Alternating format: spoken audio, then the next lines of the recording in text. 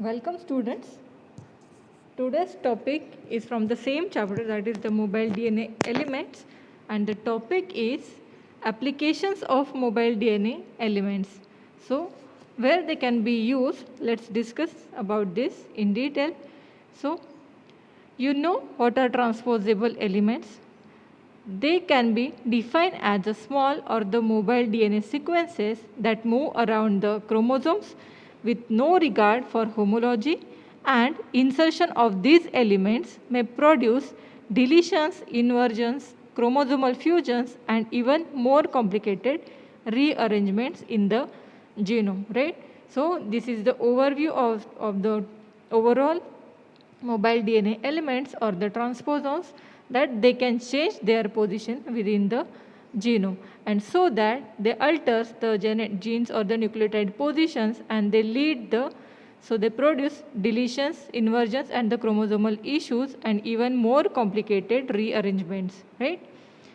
So transposons are mobile genetic elements that often carry an antimicrobial resistance gene. So this is the main particular characteristics regarding the mobile DNA elements, that they contain an particular antibiotic resistance gene within the nucleotide sequence or within the genome. These elements can insert randomly, or they move from plasmids to the chromosome, and vice versa, that is from chromosome to plasmid also, and can be moved from one bacterium to another by the process of conjugation. Second is the transformation or the transduction, right? So they move from bacteria to bacteria with the help of conjugation process, that is nothing but through the sex pili, then the transformation and the transduction regarding the viruses. Okay, so the viruses incorporate or its genome into the bacteria or into the host with the help of process called as transduction, right? So the transposable elements make up a significant fraction of a genome and are responsible for much of the mass of the DNA in eukaryotic cells, right? So the significant fracture of this genome, it is the much of the mass of DNA in eukaryotic cells. And the transposable elements were discovered by the Barbara McClintock, as we have already discussed in the first session, that is in 1965, through an analysis of genetic instability in maize corn or the kernels of maize, that she discovered the AC and DS elements that were responsible for the purple coloration in the corn kernels, right? Then the characteristics of the transposable elements. First, they are small DNA sequences, codes for enzyme which results in self-duplication and the insertion into a new DNA site. So the enzyme responsible for this insertion, that is nothing but the transposase enzyme, right? So this transposase enzyme, this helps in the self-duplication and the incorporation into the host genome or into the target site. Then the transposons are involved in the transposition events, which includes both recombination and replication, which usually generates two copies of the original transposable elements. That is, this recombination or the replication in case of the myobacteriophage, right? So we have already discussed about this recombination and the replication like event in the myobacteriophage, that is having the lytic and the lysogenic cycle or the infection cycle, right?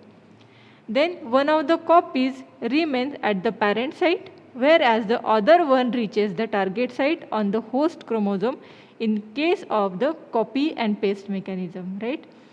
So the copy number of the nucleotide sequence that get increased in the case of the copy and paste mechanism, that is the replicative mode of the transposition. Then fourth is the integrity of the target genes of these elements is invariably disrupted by the presence of those elements. Okay, so the integrity of these target genes, they get disturbed by the incorporation of these transposons like DNA sequences. So it can alter its position, or it can change its nucleotide sequence, and it produces the proteins, or it can produce the harmful proteins also. And then next, because transposons carry the genes for initiation of RNA synthesis, some previously dormant genes might be activated. So these transposons which carries the initiation RNA synthesis, right? So they causes the dormant genes that may get activated, right? Then a transposable element does not have a site for origin of replication, that is the ORF site. As a result, it cannot replicate without the host chromosome as a plasmid or phages. So it requires the host chromosome and plasmid for the for its ORF site or for its replication, right?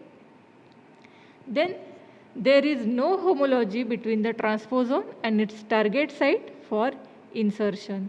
Okay, so any kind of transposon that cannot have the same morphology or the homology or the same nucleotide sequence as the target site. So the sequence of the target site and the transposon that may vary. So these elements can insert at most any position in the host chromosome or plasmid. So as we have discussed, they can randomly incorporate into the target site, right, with the help of the cutting enzyme or the endonucleases. Some transposons might seem likely to enter at some specific position that called as a hotspot. Okay, there are some hotspot also where this transposon can incorporate, and they barely insert at the base specific target sites of the host, where they can duplicate the target site of the host genome. Then the types of transposable elements. So the transposable elements are of the following two types. First are the insertion sequences or the simple transposons, then the most complex transposons. So here let's discuss in shortly, that is the insertion sequence, as we have already discussed about the insertion sequence at our first lecture. So today we will shortly go through the IS elements today. So the insertion sequences are the simple transposons, are shorter sequences that are about 800 to 1500 base pair, and they do not code for proteins. Okay, so they are very simple, like they are very simple transposons, as they contain the shorter sequences around 800 to 1500 base pairs. These sequences carry genetic information necessary for their transposition. Example, a gene for the enzyme transposase. Okay, so they are having only a gene which produces the transposase enzyme, which helps in the transposition or the incorporation of this particular IS element, and that gene is nothing but the ISR gene, right? So the insertion sequence have been identified in bacteriophages, that is in F factor plasmid and many bacteria. Like we have already studied the mu bacteriophage insertion with the help of the replication or the lytic or the infection cycle. With the help of recombination, they incorporate into the host genome. Then the TN3. Before that, the second most important class was the complex transposon, that is, they are several thousand base pair long and have genes that code for one or more enzymes, which might include the antibiotic resistance. So this second most complex transposons, these are the complex transposons, and they are 1000 base pair long. A distinguishing character of the transposon is the presence of identical inverted repeat sequences, that are IR element or the inverted repeat sequences, ranging from 8 to 38 base pair, and they are shortly called as a IRL or IRR. Okay, so the left and the right inverted repeats, they are present in the complex transposons. Then the insertion transposon causes duplication of target site, which then appear as a direct repeats flanking the inserted transposable elements, right? And these flanking direct repeats are not considered the part of transposons. Okay, so these repeat sequences themselves act like the IS or the IS-like elements, right? So the Next part 4957 base pair and contains two genes, that is TNPA and TNPR, where TNPA codes for the transposase enzyme having 1015 amino acids and required for the transposition. So, as you know, this transposase enzyme is the main enzyme which is responsible for the incorporation of this particular TN3 transposons into the host genome. Then TNPR codes for the repressors, that is also called as resolvase enzyme, containing 185 amino acids which regulates the transposase. Okay. And the third is the BLA gene that codes for the beta lactamase enzyme which confer the resistance to the antibiotic ampicillin. Okay. So these are particular characteristics regarding the TN3 transposons in E. coli, where you need to remember the two genes, that are TNPA and TNPAR, and the third is the beta lactamase enzyme which confers resistance to the antibiotic ampicillin. Okay. Then the bacteriophage mu. This bacteriophage mu, that is the mutator, is a temperate bacteriophage having usual phage properties and could be regarded as a large transposon. Okay, so it inserts itself into the E. coli chromosome at a random locations, resulting in the mutation, right? So the life cycle of this bacteriophage mu that contains two phases, that is the infection phase and second is the lytic phase, where it incorporated itself with the help of the recombination, right? And the next one is the yeast TY elements. Okay, so the TY elements are found in yeast Saccharomyces cerevisiae, which are about 5900 base pairs long, and these TY elements have two genes, that is TYA and TYB, which are analogous to the Pol gene of the retroviruses. So these TY elements are surrounded by 5 base pair direct repeats which are created by the duplication of the DNA present at the site of the TY. Okay, so here you can see the figure, that is the total length of this TY element is the 5900 base pair, and it is having the left terminal repeat or the long terminal repeat at left and right, and these are having TYA and TYB element that are corresponding to the GAG and Pol gene of the retroviruses. Okay. Now come to the main point of this PPT, that is the applications of these transposable elements. So here transposable elements can be used as a genetic tool for the analysis of gene expression and the protein functioning. Okay.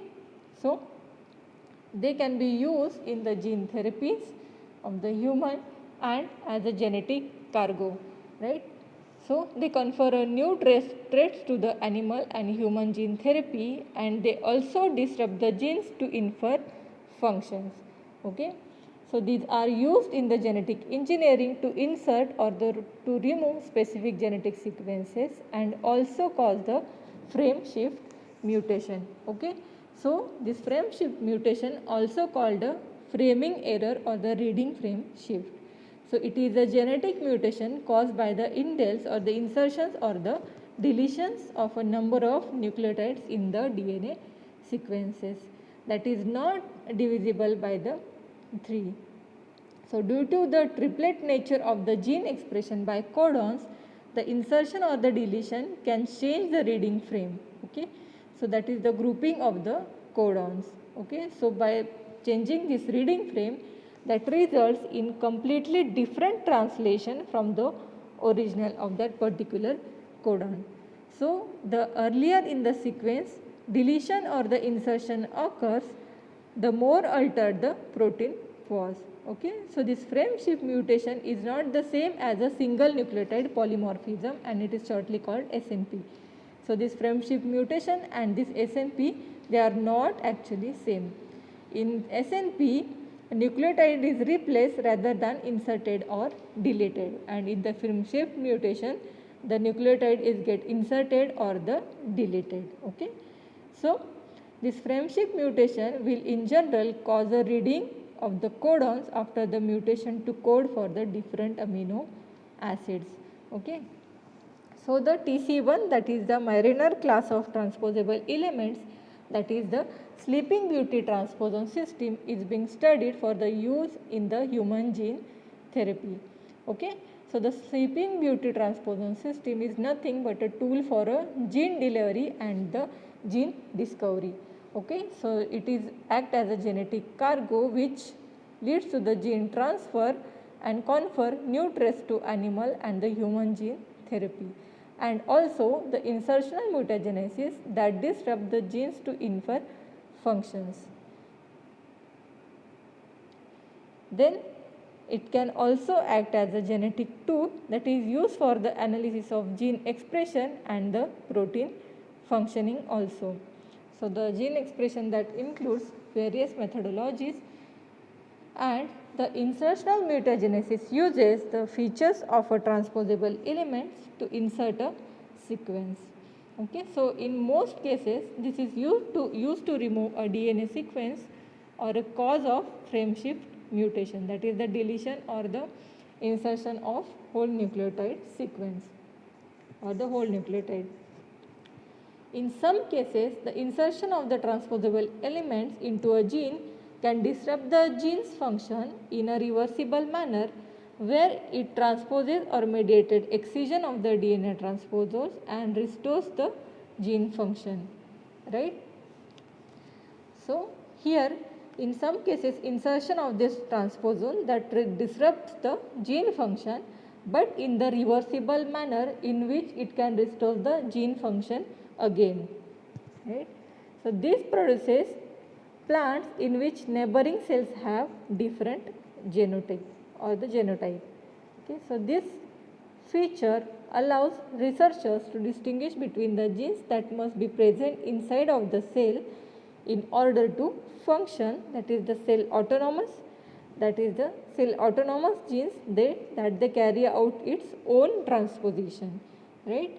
And the genes that produce observable effects in cells other than those where the gene is expressed. So these are some particular characteristics regarding the genetic tool or the transposable elements which are used as a genetic tool. So this analytical tool allows researchers the ability to determine phenotypic expression of gene sequences. Okay, so the phenotypic expression is nothing but the morphological or the observable changes regarding the translation or the protein structure. Also, this analytic technique mutates the desired locus of interest so that the phenotypes of the original and the mutated gene can be compared. So to compare between the original phenotype and the mutated gene, this transposable element, they are used as a genetic tool. Then the genetic engineering, so they can be used in the genetic engineering also in the insertional mutagenesis. So what is insertional mutagenesis? That uses features of transposable element to insert the sequence of particular transposon into the particular gene sequence or the genome. So in most cases this is used to remove a DNA sequence or cause frameshift mutation. Okay, so in the frameshift mutation that will also alter the first stop codon, right, that is UAA, UGA or the UAG encountered in the sequence. So this phenotypic or the polypeptide being created could be abnormally short or abnormally long and will mostly likely not be functional. Okay, so due to this frameshift mutation, the changes in the nucleotide that can be happen. So then the specific applications regarding these transposable elements, that is the transposable elements are also widely used tool for the mutagenesis of most experimentally trackable organisms. Okay, so In the gene therapy, it is experimental technique that uses the genes to treat or to prevent the diseases. Okay, so in future also this technique may allow doctors to treat a disorder by the inserting gene into a patient cell instead of using the drugs or the surgery. Okay. So the Sleeping Beauty transposon system has been used extensively as an insertional tag for the identifying cancer genes. Okay. So here the transgenes put into germline cells and all cells have the transposons. So that makes the transgenic animal lines, or they can identify roles of genes and they can identify the cancer genes also. Okay, like the TC1, that is the Mariner class of T transposable elements, that is the Sleeping Beauty transposon system, that awarded a molecule of the year in 2009, is active in mammalian cells and is being investigated for use in the human gene therapy. Okay, so this genetic cargo of this Sleeping Beauty transposon, it used for the gene delivery and the gene discovery in the human, that is the human genome therapy. Then these transposable elements are used for the reconstruction of the phylogenies by the means of presence or absence of analysis. Okay, so this can be also used when a gene is inactivated by the insertion of a transposon or other mechanism. That gene is knocked out, and the knockout mice and the knockout rats have been made with these systems. Okay. So this transposon can act as a biological mutagen in the bacteria. So in the bacteria, it is most widely used as a mutagen. Right? So the common organisms which use of the common organisms which the use of transposon has been well developed are the Drosophila and E. coli. So nowadays researchers are using this Drosophila and E. coli for the specific applications regarding these transposable elements. Okay. Then the negative effects of the transposable elements. So the transposable gene, when inserted into functional gene, that might disable the gene, or it can disrupt the function of that particular gene. So it may be, or it may produce the harmful proteins, or it cannot produce any protein. So the any effect on that particular gene that can happen with the incorporation of this particular transposable elements. Then the multiple copies of same sequence hinder the chromosome pairing during the cell division, resulting in the chromosomal duplication. Okay. So if multiple copies of the transposon they get incorporated into the particular gene sequence, they results in the chromosome duplication or the target site duplication. Then the expression of the harmful disease causing proteins in the transposons affect the normal cellular function. So the genes that are disease causing, if they get incorporated into the normal cellular gene, they alters or they affect or they may lead to the harmful effects on the normal cellular gene or the normal cellular function. So these are the references used for this PPT. I hope you understand this lecture. Thank you.